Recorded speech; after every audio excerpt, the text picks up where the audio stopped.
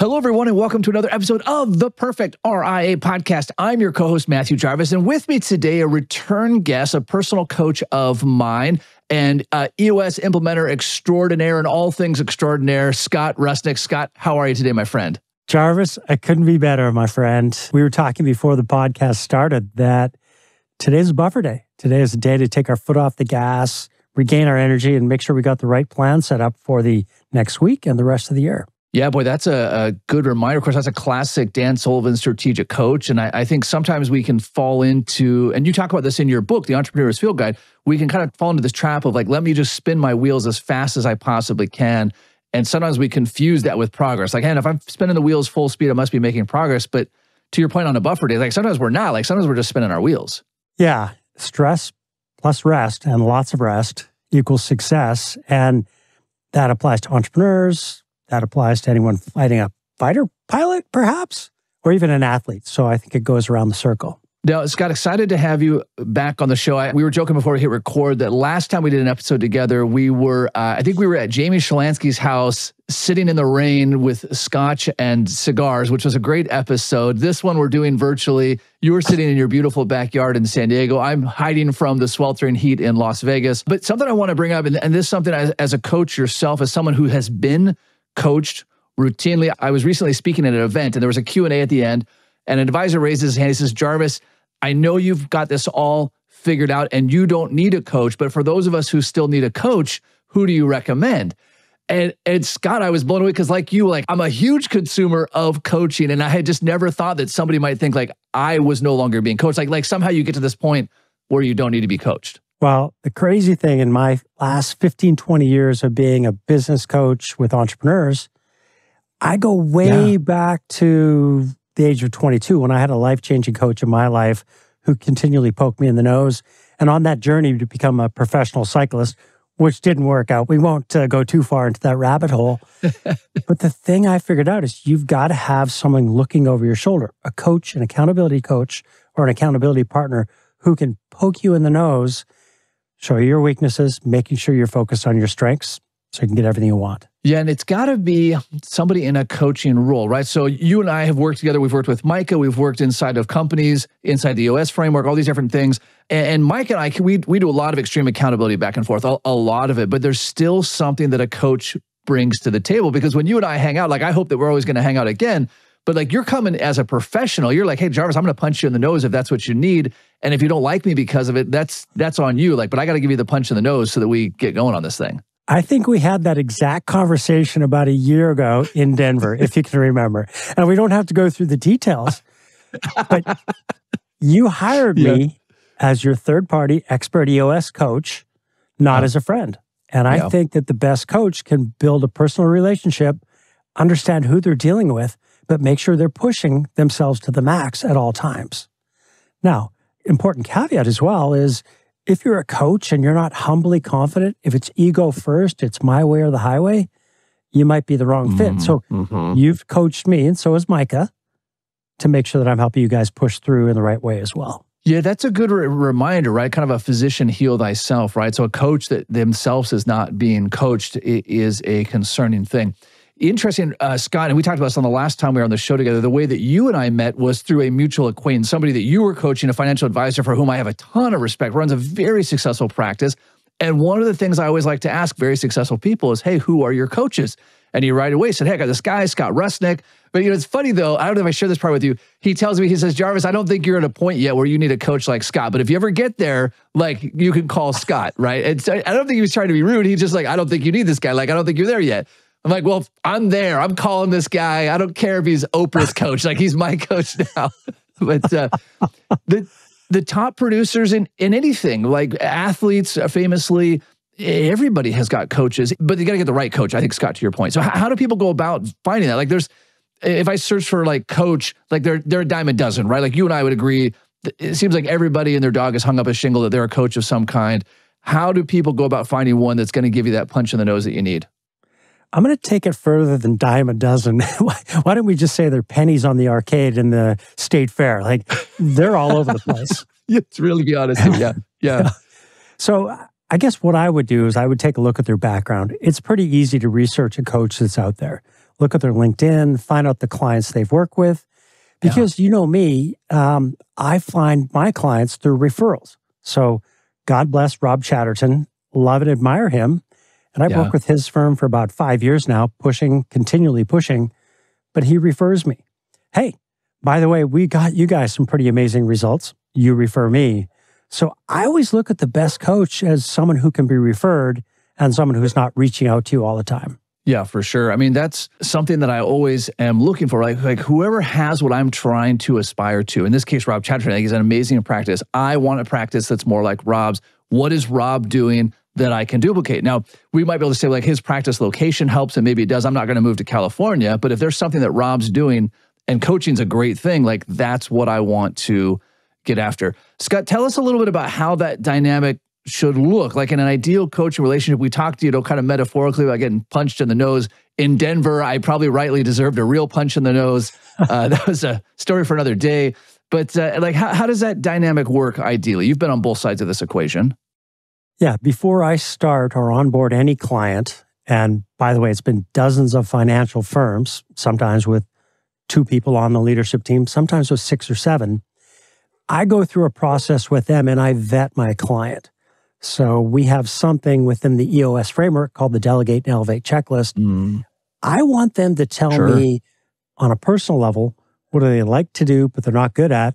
And what do they despise and they're not good at? I want to start with the lowest common denominator first before they tell me how great they are and all the wonderful things they've done. So I want to get on the same page pretty quickly with those people. I like that. I'm glad you reminded me on the vetting thing, right? That if you reach out to a coach, no matter how you heard of them, and they're just anxious to take your check and there's not a vetting process, we probably have an issue there, right? Like, again, like I said, if you pull up to a restaurant and there's no cars in the parking lot, that's not your lucky day. You're probably at the right spot. I would think so. Well, and interesting enough, our relationship that we've gone through for the last couple of years, we talked a couple months ago and like, Jarvis, I think you guys have got this figured out. Unless you need a high-paid facilitator in the room, which would be me, I don't think you're getting value. So I think the coach should set the terms right from the start. And I mentioned to you and Micah right from day one, probably after 18 to 24 months, you're not going to need me anymore. And at the point where you know you've gotten everything out of the EOS toolbox, and I've pushed you as hard as I can in that degree, I think it's probably time for me to help you find another coach or for you guys to venture out and do that. And we're at that point, which is really freaking cool. I really respect this. Hey, there's a time to coach together and there's a time to part ways. Now, since we last had you on the podcast, you published your book, The Entrepreneur's Field Guide, which, Scott, I got to confess, like when I first read it, I thought that I didn't know if this was a book or if it was something you were just trying to like get my attention on. Like, hey, Jarvis, like I wrote this for you because you need to fix this S in your life. And then I realized like, oh, actually, like, it's like a solid book for everybody. But I seriously, when I started reading it, I think, did he custom write this puppy for me? Oh, man. I feel like I should be having a scotch in the back of Jamie's yard in Alaska right now. The funny thing is this book really started with that cycling career I tried to build. And there's a lot of people who have bought the book who are doctors, students in a lot of different sectors. And they're like, hey, Scott, that really resonated with me. This area about building an accountability plan, this area about designing my day, my week, and my year to make sure I'm getting everything I want. And I think there's just a lot of guiding principles that allow people to not only get what they want out of their life, but they can combine that with their business as well. And a lot of folks are worried about commingling. I think you can do both. Something that you talk about in your book, and it's something that I've learned a lot from you on, is you're very intentional about, and I forget the terminology you use, it like the groups of people that you surround yourself with, right? Tell us a little bit about that, because again, from day one we met, you told me like, hey, I have this many close friends and this many business acquaintances, and it's a strict number. And if I'm going to add somebody, like I'm really going to be intentional to say I can only handle so many. So walk us through this framework and how you apply it to this day. So there's two sides to it. The first framework is a number called Dunbar's number. And Robin Dunbar is a brilliant professor from Liverpool University. And I think he just went to Oxford, so I won't go down that rabbit hole. But an amazing physiologist, and he's gone way back in time. And he's basically said that human beings can only handle so many tight connections in their life. And he came up with a number called 5, 15, 150. So the 5 are the people that might be your husband, your wife, your kids, and your coach that know your core values, they know who you are, and they might know some things about you that you don't know. They're able to poke you in the nose. The next group is 15, and I'll explain my number in a second here. But the 15 are people who, once again, they know your values, they're close friends. You probably see them every 30 days, maybe even more often, and they're able to have that deep, meaningful relationship with you. And then the next group is 150. And I know folks have got thousands on Facebook and Instagram and LinkedIn. Yeah, sure. They can't be, right? They can't be part of your true network. So that 150 was derived from the fact that when he looked into Roman times and ancient beings, that when a village got bigger than 150 people, crime and terrible activities would happen in that community and things would just break down. So Jarvis, as goes many things, I re-engineered that number, and I do that almost weekly. So for me, I've got 5. So my wife, my 2 boys, my mom, and my coach. Those are the 5 most important people in my life. Wow. And then, because I flip things on the head, I've got 28 that I talk to monthly and almost quarterly. And those include my 15 to 16 clients and my 12 really cool friends that know me better than anything humanly possible. And then the next group is about 30. And that's friends and family who are mainly in Canada. My family's all in Canada, but friends who live here. And I see them once a year. Maybe I see them on a ski trip. But I know they've got my back and I got their back, and they really know me to my core as well. I could talk about this very topic for hours and hours, as you know. But the thing is, I'm not going to let anyone into my Dunbar's number, my version of that number, unless they fit my core values and I'm able to poke them in the nose politely, and they can poke me in the nose as well, because I want to make sure we're getting everything we can out of our lives. Yeah, I love the intentionality. When you first articulated that to me some years ago when we first started working together, at first it struck me as pretty strange. Like, how do you limit yourself to that many people? And then I did some research on Dunbar's number as well. And you're right, like whether the number's 28 or 15 or whatever it is, like there's only so many relationships. And something I always admire, Scott, and I always try to, like, someday I'm going to grow up to be like Scott Rusnick, is the amount of time that you and your wife travel and do adventures. And that's not only possible, but it's largely possible because you're just so hyper intentional about, here are the activities I'm going to spend my time on. Here are the activities, the people I'm going to spend my time with. Otherwise, we sort of fall into this, well, I know 1,000 people on Facebook, and let me take time every afternoon for 3 hours to try to message them or like their post. And then nothing happens in life. Absolutely. Boy, we could really go down a rabbit hole on this one. But the important part for me, Jarvis, is every 90 days, I reset my calendar 12 months in advance. And my wife and I have got a bit of an agreement. We went through some, let's say, troubles in our relationship about 10 years ago, as many couples do. And I think those can go 3 different ways. They can break up. They can just kind of exist and not really get what they want. Or they can go to the 3rd level, which we did. We said, gosh darn it, like, we immigrated to this country. We've put it all on the line. We built this amazing life. Why not push it further? And so what we decided was that every 90 days, we're going to escape this planet for 2.5, 3 weeks. And we're going to go to great countries. We're going to have great experiences. And when we did this in our, I guess it was late 40s, I came up with a number called 60 for 60. I'm like, okay, let's have fun. Let's have fascinating voyages. Let's be in 60 countries by the time I'm 60. Well, as humans need to from time to time, like I do every quarter, we reset that goal to now be 70 for 70 because I'm at 58 countries and I'm 58. So gosh darn it, let's go for it. That's awesome. And I can't wait till you tell me you're going to do, like, isn't Dan Sullivan, strategic coach, he's got a plan to live to 150. So someday I'm going to hear from Scott. So I'm going to go for 150 for 150. So tell me a little, I'm really curious about this. In fact, I just listened to a podcast with a gentleman named Brad Feld, F-E-L-D. He was on the Tim Ferriss podcast, and he talked about something similar, kind of a similar experience with his wife. And what their result is that every quarter, they completely unplug from life for a week. And so they turn off all their phones, their devices, they go on a trip, because he was a very active venture capitalist. But tell me about this 90-day reset. So every 90 days, you're pulling up the calendar. Now, again, for those people listening, and you think maybe Scott's just a hippie that lives on the beach, that's also true. But you're writing a book, you're coaching, you're very active cycling, you have all these clients, like, you're doing a lot of things. But every 90 days, you're pulling up this calendar. Can you walk us through how that looks? Yeah, it's really simple. And I didn't want to turn this to a book promotion talk, but in my book, I've got this open-ended 12-month calendar that you can write your dates in up top, the months in, and you just reset it. And we live so intentionally based on this 12-month or 90-day exercise to reset our calendar that I just finished walking through our trip to Rio. I'm doing a talk there, going to surf the Copacabana, going to see a soccer game at the Americana, and then we're flying to Ecuador and then Panama.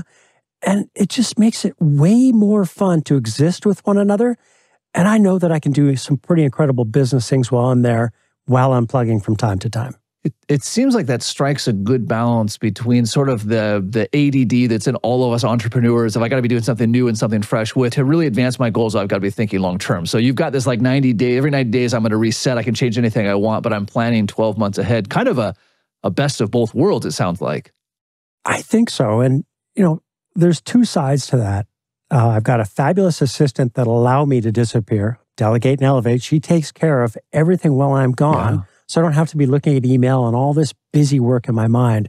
So I can unplug for, let's say, 14 of those 16 days for sure. But the thing is, when you do that, then you can look forward and say, well, I know over Christmas we'll be in Costa Rica for 2.5 weeks. My assistant knows it. My clients know it. I know that. I then know that at the end of February, speed it up, I'll be in Vietnam, Cambodia, and Philippines having a blast again. And the crazy thing that happens is I then have these deep conversations with my clients, my friends, and the athletes I coach about stress, pushing yourself, and then taking your foot off the gas. Because everyone thinks they need to push harder to be successful, but we all know that muscles grow twice as fast when they're rested properly. So I think the brain muscle, the business muscle, and everything else comes together much nicer when we can take our foot off the gas. Scott, I'm curious with all of your travel now, again, for all the time we've coached together, all the time you've coached me, you've always told me like, hey, my next trip's going to be here and we're going to have to schedule on this date because I'm going to be, somewhere else. I'm going to Rio, Brazil, whatever you're going. And so sometimes people that aren't traveling have this head trash. Like if I start traveling that much and my clients know, it'll be a big problem. But I got to confess from my side, I'm really curious your experience. From my side, knowing how much you travel, I put so much more value on your time because I'm thinking like, I got Scott for this day. And if I try to rebook this thing, like it could be a year before I get back on his calendar. So whereas some people have this head trash, like, oh, my clients won't value me as much if they find out I'm always traveling. My experience as a consumer is actually the opposite of that. But I'm curious, Scott, you're very forthright with your clients about what you do. Have you ever seen negative side effects from that? Absolutely. Just as we're in the middle of COVID, I guess towards the end, and some people might not like this, I had a month-long trip to Greece planned. And I just said to my clients, we're not all meeting in person, so if we need to do something, I'll be there. They're like, hallelujah, go travel, go have fun. Now, to back it up a bit, I have a scorecard that tells me every week how many sessions I can do and how many buffer days and free days I need. So I try not to do more than 2 sessions. That's full day sessions with clients a week. I try to have 2 buffer days. So I'm getting things ready, much like today. And then I have an absolute free day. What that does is it allows me to say, hey, Jarvis, love working with you. I know something's coming up with you in 3 or 4 weeks. Why don't we change the session to this day or that day? So I'll always have options for the change. I'm just very intentional about it. Yeah, I love the intentionality there. It just, it speaks to every aspect of life, right? Whether we're talking about fitness or coaching or life or business or your relationships, like you mentioned with your wife, this reset, the intentionality just up levels everything we do. Scott, what else comes to mind? We're kind of like bouncing all over the place and I love it. I just always learn so much when we talk. Other insights, other things that you're really passionate about right now. I don't think enough people are really examining their values right now. People are like, oh, my core values, here's what I do. And they just kind of lead through life. I'm doing the right thing. But do they really put that tool into their life? And for me, everyone I come in touch with, and I people analyze you and Micah and Jamie and your entire team before I started with you. Do I get these people? Do I want to hang out with them? And do I have the mental, emotional, physical capacity to really push through? Because you guys are fast moving and dynamic. I asked you the same question as we went through the journey. You said, yes, you GWC me, I GWC you. But we take a step back on this core value exercise and the people analyzer, a key tool within EOS. I look at people and say, are they humbly confident? Jarvis, I got to tell you, I love your book and my clients love your book. But you don't walk up and down the street with a Superman suit being like, hey, I'm a best-selling author. This is a fabulous book. You're humbly confident. Checks the box. Do you do the right thing? And I look at that as a verb. In your actions, are you doing the right thing? I know as your father, as a husband, as a business leader, I believe you do. Do you do what you say? Yeah, you follow through. You're ahead of the game. That's absolutely incredible when people do that. Do you help first? Yeah, you help first. And that's an action I see from you all the time. It's not aspirational. It's not accidental. You just don't fall back in towards it. I just know that gives you the freedom to play, to say, hey, am I living with purpose? Which is my 5th core value. And I know you have a purpose. And so when I combine those 5 core values, do I get my clients? Do I want to be with them? And do I have the capacity? It just makes it so much easier to rise above and really show up and honor the situation and dig in with them. Well, I love that filter for making sure that you're working with the people that you're going to have the best results with. And to your point, you're also going to have the most fun with. You're going to deliver the most value. If I can, Scott, tell us a little bit about your buffer days and your free days. How do you keep those from just being the junk drawer in the house? We're like, oh, there's this day on my calendar. I'm not doing a session that day. Go ahead and dump it all in there. Like, how are you keeping those sacred, if you will? Do you ever remember 30-some years ago, you'd go on vacation without a cell phone or internet, and you just have to pick up the paper to get in touch with the world? Yeah. I remind myself often, hey, 30-some years ago, you were in Costa Rica walking down a beach for 2 weeks. The only way you can find out the scores was to walk across the estuary with a little small baby crocodiles carrying your wife on your shoulders to get the newspaper. So I'm that intentional. I shut it all down. I remind myself I've got to walk across that estuary this morning when I wake up. And I'm a big fan of waking up with gratitude and setting the plan for the day. I just push everything aside. And again, some people will say that's utopia, but it's not utopia. I go back to my values. I go back to those people that I surround myself with, and they get it. And I love it. Yeah, this is a good reminder, right? There's so many things, back to that kind of insult of, hey, is this just utopia? And there's so many things today that we think have to be this way, right? And I know you are as well, right? I'm a big, I'll get on the soapbox about alerts. Like people have these alerts and these notifications and all these things. And they're like, well, I have to have them. You literally do not have to. Like we survived all of human history except for the last 10 or 15 years without any alerts. This idea that you need to be notified when someone likes your Instagram photo or whatever those things are, that's destroying your life. So I love just like, hey, somehow we all survived. I guess for our younger listeners, they can't remember a time. Like my kids can't remember a time when there wasn't alerts, but those things don't have to happen. Like, and I guess it's back to this, what kind of quality of life do you want? Do you want a life that is governed by reactivity and stress? Or to your point, Scott, do you want to take that time to rest where your muscles can grow twice as fast? Well, and I guess that's why I'm in my backyard in Solana Beach. I love sitting back here. I'm thrilled that you're letting me do the podcast from back here. The neighbor's dog isn't barking too loud. But the one thing that really sets me at peace by being in this backyard is knowing that after I leave, I'm going to go meet a really good friend of mine. We're going to surf tabletops. But he understands me. He knows that I cut my finger on the reef the other day. He's like, oh, this is perfect. You'll bleed out before me and the sharks will get you and we'll have a good time. The sharks will get you. Which is not going to happen. Friends. I love it. So that people analyzer and that intentionality can be applied to your personal life. And so many people get confused with coaches and all these different tools that it's only business related. I'm saying bring these tools, put them into your own life, make sure you're surrounding yourself with the folks that'll push you forward as well.